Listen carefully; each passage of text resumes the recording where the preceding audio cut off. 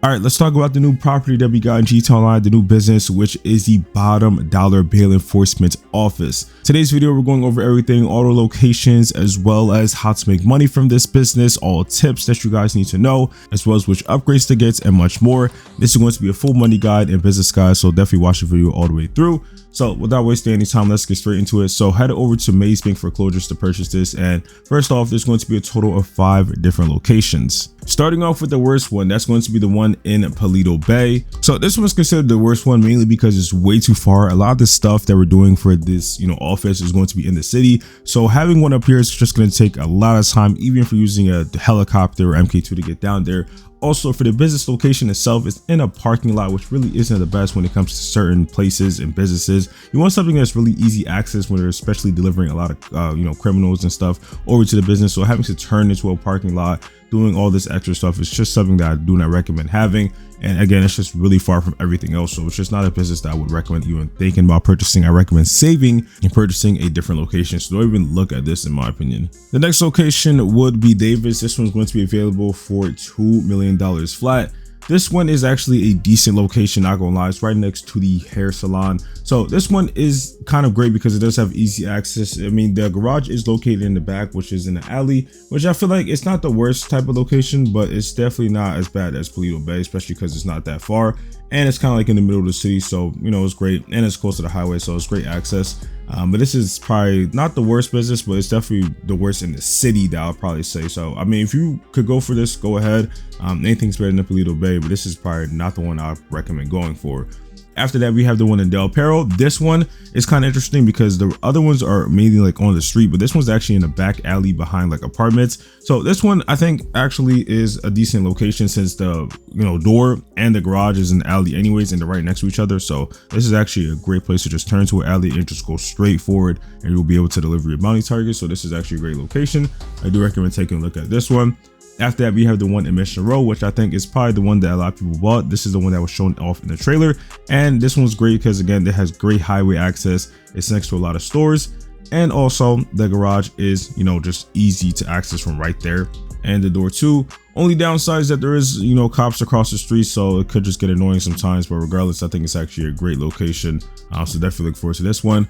And of course, the one that I think everybody knows and the most expensive one is going to be the one in downtown Vinewood. This one also has very easy access when it comes to delivering, your targets, and it's just overall a really nice location. This one's also near like a lot of the clothing stores as well as weapon stores too, so it's, it can be useful for certain things there. So when it comes to picking a location in the city, I would probably pick between the one in downtown Vinewood, the one that is in Mission Row, or the one in Del Perro. Again, there's nothing wrong with the one in Davis, but it's just not really the best when it comes to accessing the garage. But regardless, I think those 3 are the best. But regardless, anyone in the city will work.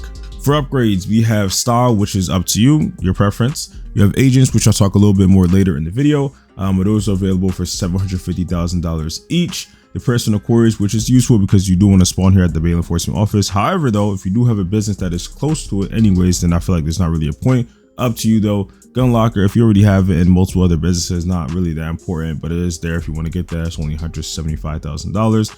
And then armor plating, which is going to be for the Class A, bail enforcement mobile. That was not that expensive, but it is something I'd highly recommend getting because it does help to protect your targets and use somewhat because it, has armor like all around.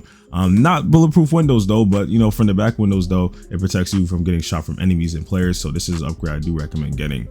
So just keep that in mind. And as for the office itself, a quick little overview. You can get snacks back here near your office desk. You have Jeanette as well as the 2 agents if you do choose to purchase them, the jail cell, and then you can head downstairs as well to get access to the garage, which has the bail enforcement vehicle parked there, and also you can park 2 more vehicles of your own there too. So 3-car garage really. So just keep that in mind. All right, so now how do you actually make money with the bail enforcement office? So you're making it through bounties. So once you head over to your office, there is a location in the back which is going to be where you can sit down at the computer, and once you get onto the screen, you're going to see that there's a total of 4 different bounties.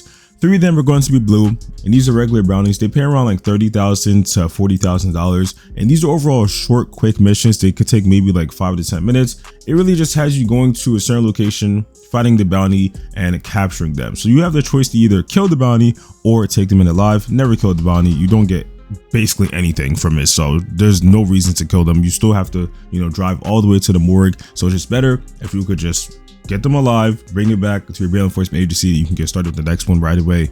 And overall, you're going to get paid way less if you kill them anyways. So just don't even go for that. And by the way, for these blue bounties, they change every single hour. So just know that, the same people that you see will not always be there. And I think it's around like 24 different of these bounties. So, it's a decent amount of people that Rockstar has added. And then for the red one, which is going to be the legendary bounty, this changes every single day. So for this one, you get paid around like 120,000 to like 140,000 for what I've seen so far. And this is, regular payouts. These are in separate mission lobbies and they do take a lot more time to do, maybe around like 15-20 minutes, so nothing too wild, but it just has more in-depth actual missions to it. So you have like certain things that you have to like look for, clues, investigate things in this compared to the regular bounties, which are a bit more straightforward. Go there, capture them, go. This one could have you going to different locations. Overall, of course, it does pay more. With double money, it's going to be a lot more better, but overall, I think it's really cool to have these bounties. So again, like I said, it's just straightforward for most of these missions. You have access to the bail enforcement vehicle once you do start any of them, but you don't have to use it. You can use your MK2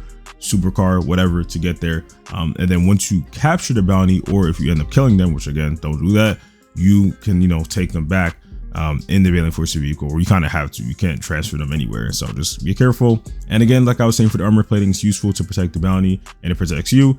So enemies are going to be chasing you most likely when you capture these bounties, so it's just something that you don't really have to deal with. And with the addition of the armor plating, people can hang off the side too, which is something that I don't know if a lot of people are going to be using, but it's there and it's kind of a cool feature to make it fun. And when you think about it, money wise, it's not really the best payout. It's fun to do for sure. I think people do enjoy doing these bounties, especially since it's different people and it's different mission types as well. Some missions are similar, but there's going to be different gangs. There's different, locations that you have to go to. Like this time it could be like go to Davis. Next one, it could be like go to Paleto Bay, which is kind of far, but it makes sense. So it's different varieties to these missions. It's not just going to be the same thing when you get the same person, but it's just when it comes to money wise, at least for now, it's not the best. Rockstar could did a little bit more better, especially since we're getting to the end of the GTA Online life cycle. I think if Rockstar made the bounties, like the regular ones, at least like maybe 200,000, and then after that for legendary bounties, maybe like 500,000, but maybe at like a type of cooldown, maybe to it, something like that.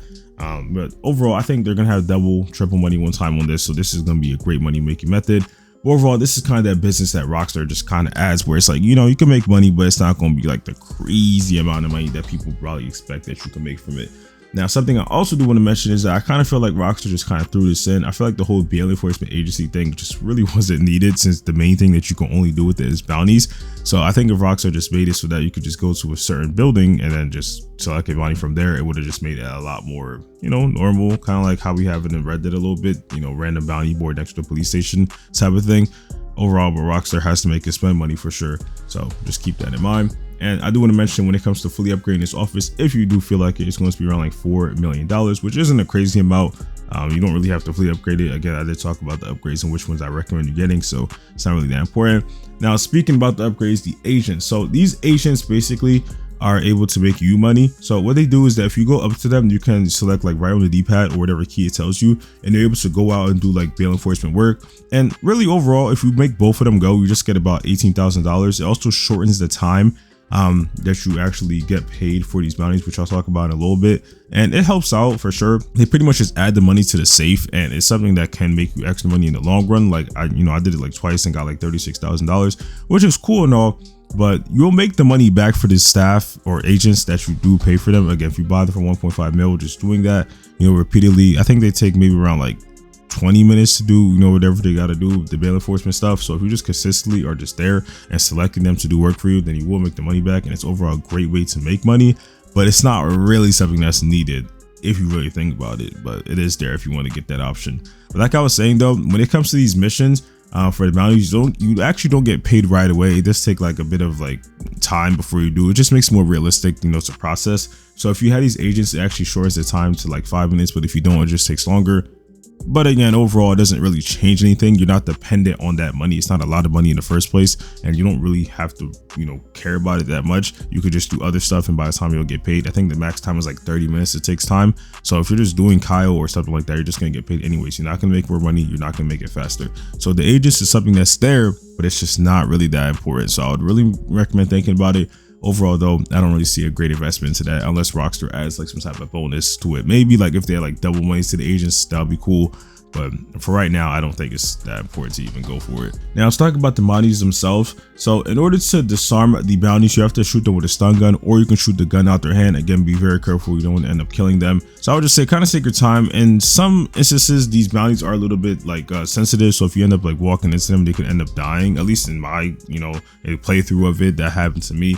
So just kind of watch out with it. And overall, these bounties don't take that long to capture. If you're just kind of quick with it and you just capture them, you go, then it's something that could just be done within a short amount of time. Some tips that I could definitely say is that don't drive your bail enforcement vehicle over once you start a mission. I mean, it has like, a kind of roleplay element to it, but it does waste a lot of time if they're really far, and it's something that you don't have to do. So I wouldn't recommend even doing that. So if you have a Sparrow or any other vehicle that's a lot more faster, go for that instead. It's just going to save you a lot more time. I also would recommend doing at least like one legendary bounty a day. That can kind of add like a money making type of method. You could do like heists today on your cooldown. You could hop into a quick little legendary bounty, get that done, check out the new missions, do other stuff as well. It's just kind of like a great way to make money. I hope Rockstar does add double monies to it pretty soon, but at least in this case right now we don't have that. And something else to mention is that if you do want to request the bail office transporter, you can just do that through the interaction menu. You could do this at any time. You don't have to be on the mission. Anytime in free mode that you want to, you could just request it. So it's your own personal vehicle, use it when you want to. And customization for this could have been a little bit better, but if you want to, just go to your garage, hop in the vehicle, and you could just change the color if you do see fit. Or if you want to, you can get the armor plating if you didn't get the first time through upgrading on the website. And by the way, specifically for those on PS5 and Xbox Series X and S, you do have to own the bail enforcement office if you want to get some of the interesting, unlocks. We have the jacket, we have, a stun gun finish, a vest, as well as a vehicle that you can earn through doing some of these bounties. So if you're interested in that, go ahead and get that done, for you can get those, rewards. And one more tip for sure is that during some of the legendary bounty missions, Rockstar is going to prompt you and let you know that you can actually get more money from this. It's not going to be a crazy amount, maybe around like $5,000 to $10,000, but if you're interested, go ahead. It's going to basically have a blimp that tells you could get certain things such as artwork, or like take a picture of this and you'll get extra money. So if you do that, you'll be able to get paid. Again, not that much money extra, but if it's there, definitely just go for it. It's not going to take that long. So that's the full money guide and breakdown of the new business in GTA Online. Is it a way to make money? For sure, but is it the best way? No. And is it a really good way? Nah.